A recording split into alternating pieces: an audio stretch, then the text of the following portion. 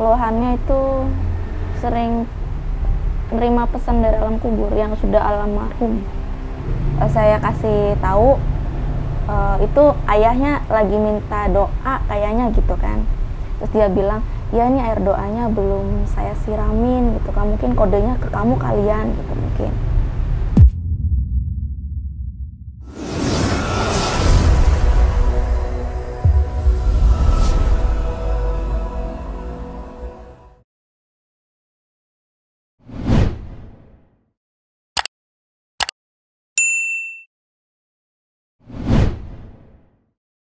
Assalamualaikum warahmatullahi wabarakatuh. Pada episode kali ini masih di trip Cirebon. Kita melanjutkan perjalanan dari Beber di episode yang telah lalu ke Jalan Sunan Kalijaga di dekat landasan udara ya, di Cirebon. Nah ini narasumber kita kali ini juga sama seperti sebelumnya. Beliau juga indigo. Cuma kalau sebelumnya Mbak Delia itu retrocognizer, yang sekarang ini lebih kepada kepekaan perasaan dan juga kemampuannya untuk melihat penampakan-penampakan jin. Selengkapnya mari kita langsung kunjungi rumahnya, kita silaturahim dan langsung kita obati juga di rumah beliau. Masih di segmen terbaru kita, MFO Menyapa Rumah.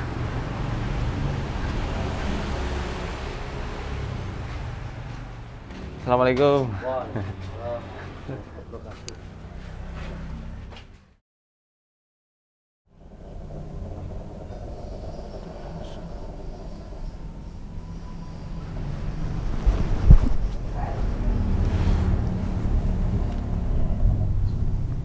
أعوذ بالله من الشيطان الرجيم وقل رب أعوذ بك من همزات الشياطين وأعوذ بك رب أن يحضرون وقل رب أعوذ بك من همزات الشياطين وأعوذ بك رب أن يحضرون حتى إذا جاء أحدهم الموت قال رب ارجعون لعلي أعمل صالحا فيما تركت كلا إنها كلمة هو قائلها ومن ورائهم برزخ إلى يوم يبعثون.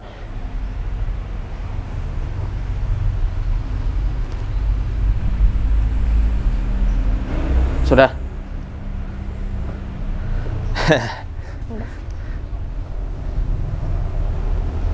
Sudah sering diruqyah? Udah pernah. Sering mah enggak, cuma pernah. Sampai diajarin. Sekarang keluhannya apa? Keluhannya itu sering menerima pesan dari alam kubur yang sudah almarhum, yang sudah meninggal. Oh gitu. Pesannya apa? Misalnya saya kan belum pernah, misalnya tetangga nih ada yang berbentuknya jin korin, ada yang bentuknya kalau misalnya saya nggak sengaja kedip itu ada yang almarhum gitu. Itu almarhum siapa ya, saya telepon nih keluarganya. Seperti teman saya waktu itu, saya kasih tahu itu ayahnya lagi minta doa kayaknya gitu kan. Terus dia bilang, ya ini air doanya belum saya siramin gitu kan, mungkin kodenya ke kamu kalian gitu mungkin. Tapi Mbak ngerasa ini keliru? Pasti keliru, soalnya pokoknya saya jalan karena udah berapa kali di ruqyah, bahkan ruqyah mandiri, udah nyerah, udahlah jalan satu-satunya itu udah cuek. Jadi kalau ada jin yang curhat ke saya misalnya, saya tuh lagi di sini tuh udah lama lomba, udah ratusan tahun loh begini-begini, saya nggak ngeladenin itu. Nah kalau yang alam kubur itu yang paling saya tersiksa itu pas ujungnya nyata gitu. Misalnya ada yang tetangga, misalnya ada yang meninggal, tahu-tahu datang ke saya itu minta tolong sampein keluarga saya dong, saya tuh masih punya hutang misalnya seperti itu. Cuma saya nggak berani mengunjung ke keluarga almarhum karena kan itu sangat sensitif dan mungkin bisa jadi nggak percaya gitu. Jadi saya tuh nggak berani curhat ke siapapun gitu. Antum ruqyah. Saya tak keluar bentar. Kenapa? Antum ruqyah bentar.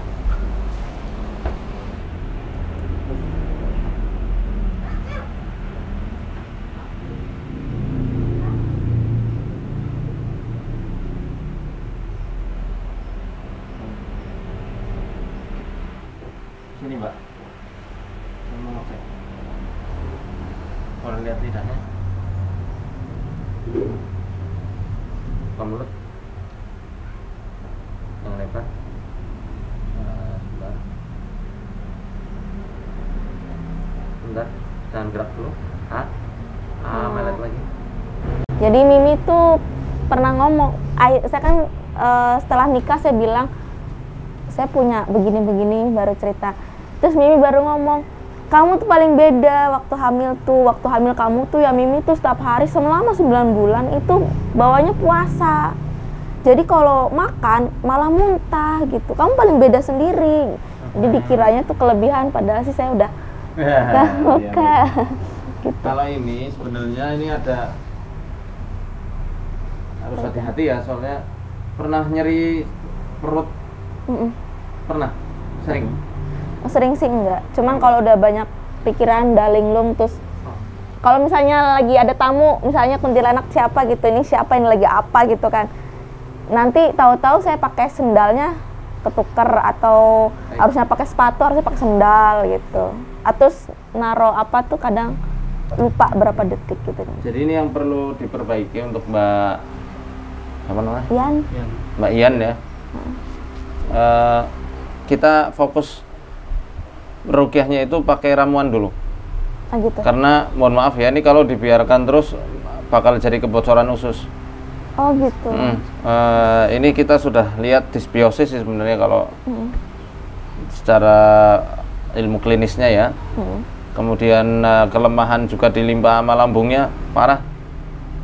Jadi mau diruqyah model apapun secara langsung ya, mereka sudah punya, ibaratnya sudah punya benteng duluan.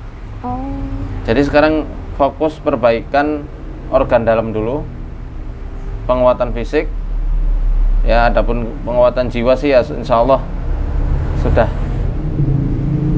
mumpuni lah ya. Tinggal kalau dapat bisikan gitu, misalnya kalau bawa anak kecil ya, misalnya dari saya sekolah itu kalau setiap bawa anak kecil, entah itu keponakan, bahkan sampai udah punya anak pun kadang ada bisikan, udah tuh ada pisau dirobek aja tuh ususnya apa gitu tuh. Jadi langsung istighfar. Jadi beratnya di situ kok, bisikan itu kok.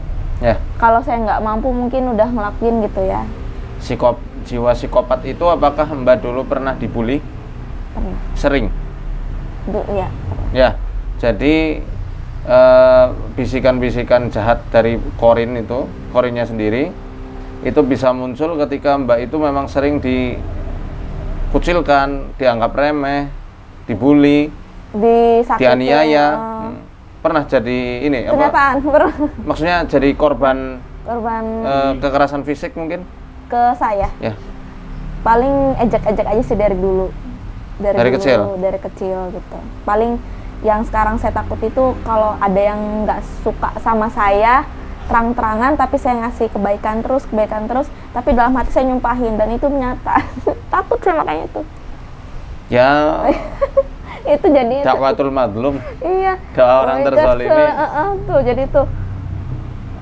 Ini pelajaran penting untuk teman-teman di rumah ya. Bahwasanya memang ruqyah itu nggak selamanya harus sekali ruqyah langsung jadi atau jinnya bereaksi, tidak. Tadi saya mikir dulu keluar itu apa ini ya. Oh iya, saya baru ingat, coba saya cek lidah. Oh ternyata memang betul ada ketidakseimbangan mikrobioma di dalam usus dan sudah mengarah kepada kebocoran usus. Ini hati-hati ya. Karena memang orang normal pun, maksudnya orang yang nggak diganggu jin ya, itu kalau ususnya bermasalah banyak menimbulkan halusinasi. Banyak sekali menimbulkan halusinasi. Makanya ini juga Mbak mesti bedakan nih, apakah yang selama ini dilihat adalah semuanya hakiki nyata ataukah hanya sekedar halusinasi. Mungkin ada yang nyata betul dari korin-korin orang yang sudah meninggal ya. Atau mungkin jin-jin yang mau kenalan ya. Mungkin ada yang nyata, tapi sebagian itu juga pasti ada yang halusinasi. Makanya untuk Mbak saya sampaikan,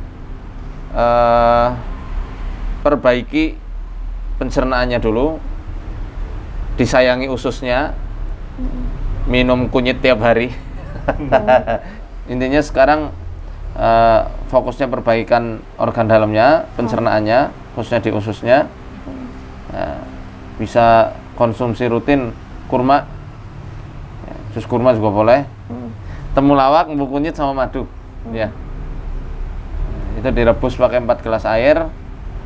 Kalau sudah mendidih, dikecilkan apinya 30 menit sampai jadi 2 gelas ya, diminum pagi sama petang secara rutin. Tapi dirukyah. Jadi rukyahnya itu ke ramuannya. Ramuan yang Mbak bikin. Ya. Sekarang mungkin bisa pakai ajwa sidar, Mas. Udah bawa ya. Ada minta sendok. Kita pinjam sendoknya. يا أيها الناس قد جاءتكم موعظة من ربكم وشفاء لما في الصدور وهدى ورحمة للمؤمنين.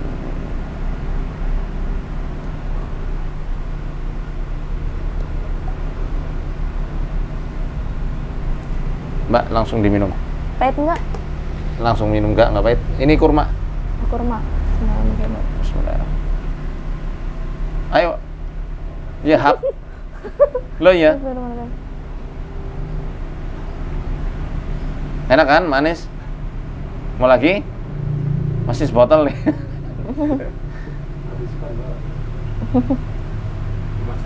Lagi? Enggak. Iyalah. Enggak usah. Lagi? Ya. Maratan ukhra. Enak kan, Mbak? Cuma baunya kayak jamu. Memang jamu, Mbak. Kalau pernah di blender gak kayak gitu. Itu bikinnya mantap itu. Memang ini ramuan ustadz saya untuk gangguan jin sama sihir dan lain-lain.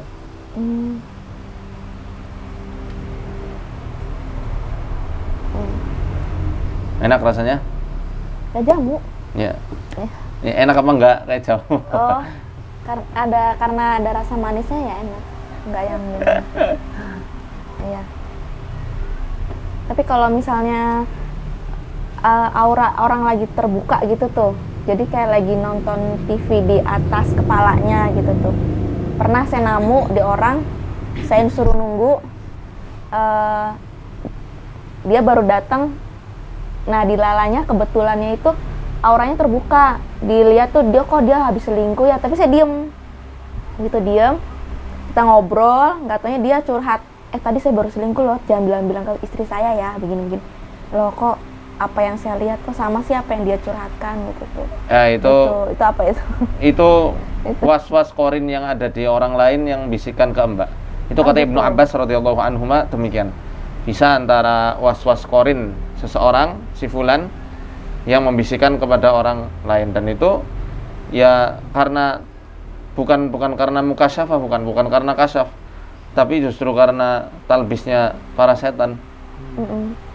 Sama kayak orang yang bisa melihat orang dari jarak jauh ya, apa yang dilihat ya dilakukan orang di... Biasanya sih waktu saya tinggal di pondok, karena di situ mungkin bekas rumah sakit apa gimana, jadi kalau tidur setiap ngejemin mata itu langsung tembus berapa meter tuh, di situ ada butuh hijau, itu ada apa itu udah Raga Sukma. Ya itu. Jadi kalau tidur tuh pasti harus tengah malam, karena menjem mata aja itu udah. Kalau saya buka ini enggak, tapi kalau saya merem itu. Jadi saya takutnya itu nular ke anak gitu. Nggak. Kan. Intinya begini saja, Mbak. Nasihat untuk Mbak dan juga teman-teman yang nonton acara ini, bisa kalau misalnya ada kemampuan seperti ini dan bingung ya, di rukyah kok nggak jadi-jadi, ya kita lihat juga dari segi fisik. Karena mau nggak mau, fisik manusia, jasad kasar manusia itu akan ada pengaruh dengan jasad halusnya, dengan dalamannya, batinnya, ya. Dan ini ya harus diperbaiki juga. Karena pada hakikatnya perut juga awal mula organ yang pertama kali diganggu sama setan. Iya. Kan kullu bani adam yut'inu syaitanu ala janbihi bi isba'ihi kan hina yuladu. Ya, jadi ya sudah barang tentu itu perlu kita perhatikan juga di organ pencernaan. Kemudian untuk melepas hal itu, Mbak harus juga muhasabah. Dalam artian ini kan tahap-tahap kemampuan orang pada level jiwa basariahnya. Oh gitu. Ya. Jadi ini masih sebenarnya level-level bawah. Saya tuh. Ya orang-orang yang semisal dengan Mbak juga. Oh. Bukan berat. Orang yang kadang nggak paham masalah ini, ketika memiliki kemampuan seperti yang dimiliki Mbak, kadang-kadang mereka menganggap dirinya sudah wusul. Lah wusul dari mana? Untung Mbak nggak punya pikiran seperti itu. Untung Mbak berpikiran ini adalah jin sanad. Ya, jin apa? Jin apa? Jin sanad. Jin sanad ya. Ya benar. Jin apa? Kalau jin ya sanad jin, betul. Jin keturunan aja lah. Sanadnya mutasil ya. Kalau munkote ya nggak bisa. Nasab. Mutasil ke siapa gitu? Nasab apa sanad sih? Nasab. Nasab. Nasab ya. Jin keturunan ya. Iya. Ya, betul, berarti sanadnya kan ke mbah-mbahnya. Sanad mah itu ya hadis ya. Sanadnya kan ke mbah siapa itu. Iya. Cuma lewat jalur darah itu ya. Iya, Sama aja lah. Nah, itu alhamdulillah ya Mbak masih bisa menjaga itu. Itu perlu disyukuri sekali. Iya, tapi khawatirnya kalau saya berdua sama anak saya gitu kan, kalau saya lagi marah apa, bisa gak pisau gitu kan. Makanya di rumah pisau cuma ada satu, nggak boleh banyak, karena saya memikirkan kekurangan saya masih ada bisikan seperti ini nih gitu kan, khawatir kenapa-napa gitu. Nah, jadi saya langsung singkirkan itu, langsung istighfar, banyak istighfar. Nah, ini perlu diterapi juga. Mbak harus konsultasi ke psikolog juga. Soalnya ini ada permasalahan selain dari sisi jin. Saya nggak mungkin memang ada jin ya. Betul ada. Iya, memang ada. Tapi di satu sisi yang lain, Mbak harus konsultasi untuk mengobati rasa sakit hati dan traumatis Mbak di masa lalu. Yang dibully lah, yang dikucilkan, yang dihina dengan ucapan yang mungkin sampai sekarang masih terngiang-ngiang. Mbak pengen balas, nggak bisa, akhirnya jadi psikopat. Apa gunanya aku buat jadi orang baik? Awal mula was-wasnya mungkin seperti itu, tapi akhirnya kan berkembang. Sama anak kecil ada pisau, pengen megang pisau terus. Atau kalau lagi nuntun dulu tuh, waktu nuntun ponakan kan masih kecil, ngelewatin sungai kan, jeblungin aja tuh, jeblungin gitu kan. Gitu. Tapi saya udah belum erat kan, saya udah. Memang setan yang bisikin. Ya, kalau saran saya, ya oke, setan biarlah. Sekarang yang perlu diperhatikan kan diri Mbak sendiri. Coba datang ke psikolog muslim yang paham juga permasalahan ini. Mbak konsultasi lebih. Ya, karena saya jauh kan, saya nggak tinggal di sini.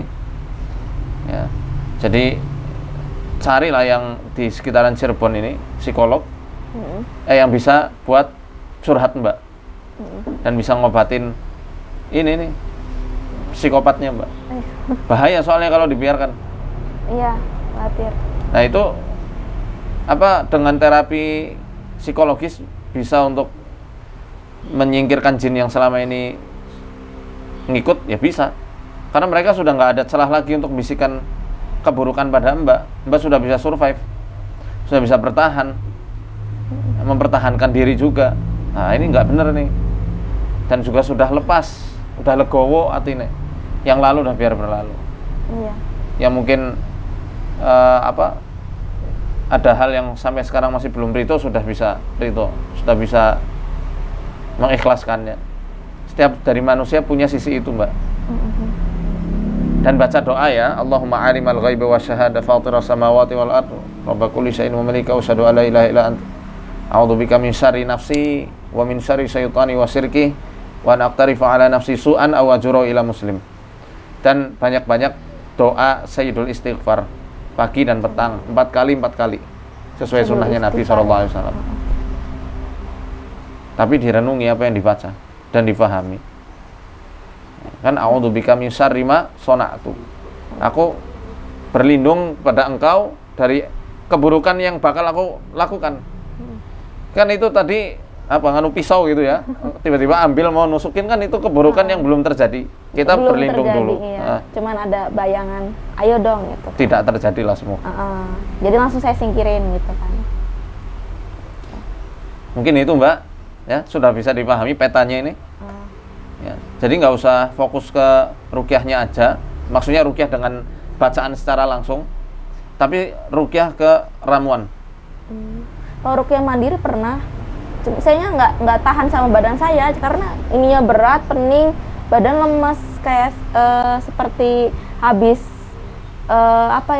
pada 2 hari saya nggak ngapa-ngapain, nggak beberes, nggak apa, tapi berarti lagi kambuh khususnya. Gitu. Saya ada, Udah soalnya capek takut gitu tuh. ada pasien yang serupa sama Mbak. Dalam? Yang serupa sama Mbak itu ada Oh, beberapa. Oh. Bahkan dari postur Mbak, dari pertama kali tadi saya ketemu, saya udah bisa baca, oh ini begini kasusnya. Maksudnya bukan kayak dukun ya, maksudnya Iya, iya. ini saya rasa kok mirip seperti yang sudah-sudah. Nah, jadi nanti pola sehatnya juga harus dilakukan. Gitu mungkin ini yang dinamakan dengan at-tibbu an-nabawi, pengobatan Nabi ala Nabi yang menyeluruh. Ya. Ini maaf ya, saya bukan lagi menceramahi atau menggurui untuk tambahan wawasan Mbak saja. Ya. Saya ya memang betul apa yang lihat selama ini itu ya banyak itu dialami beberapa indigo lain. Ya, tapi untuk lepas itu semuanya ya ketika Mbak memang betul-betul untuk lepas dan sadar karena ini memang ulah dari jin yang fasik, ya memang polanya harus yang tadi saya sampaikan, penguatan fisik, penguatan rohani dengan tauhid, Quran, zikir, ya, jalankan yang fardu, tambah yang sunnah, kemudian fisik dengan pola sehat, olahraga juga kalau bisa, paling enggak jalan-jalan ketika pagi, berjemur ketika duha, atau mandi ketika jam 3 pagi sebelum subuh, dan penguatan lingkungan. Penguatan lingkungan saya katakan harus merubah kualitas, memperbaiki kualitas komunikasi antar keluarga, antar individu keluarga. Maaf, saya rasa agak sedikit buruk komunikasi di keluarga. Akhirnya Mbak untuk ekspresif itu susah, untuk sekedar curhat unek-unek itu susah. Makanya ke siapa lah Mbak butuh terapi komunitas sama ibu-ibu pengajian, jamaahnya suami misalnya, atau jamaahnya Mbak sendiri. Kadang hanya ustazah aja yang dicurhatin, kita juga kadang butuh curhat. Iya. Saya mohon pamit dulu Mbak ustazah. Iya. Kita mau lanjut ke Brebes. Ini ya Mbak, Terima kasih semangat banyak. terus pokoknya. Iya. Mohon maaf. Mbak nggak sendirian ya. Iya. Ya yang bully biarlah bully, kita tetap peduli sama Mbak. Ada suami, ada keluarga semuanya. Oke. Siap. Ya Mas. Ya, terima kasih banyak.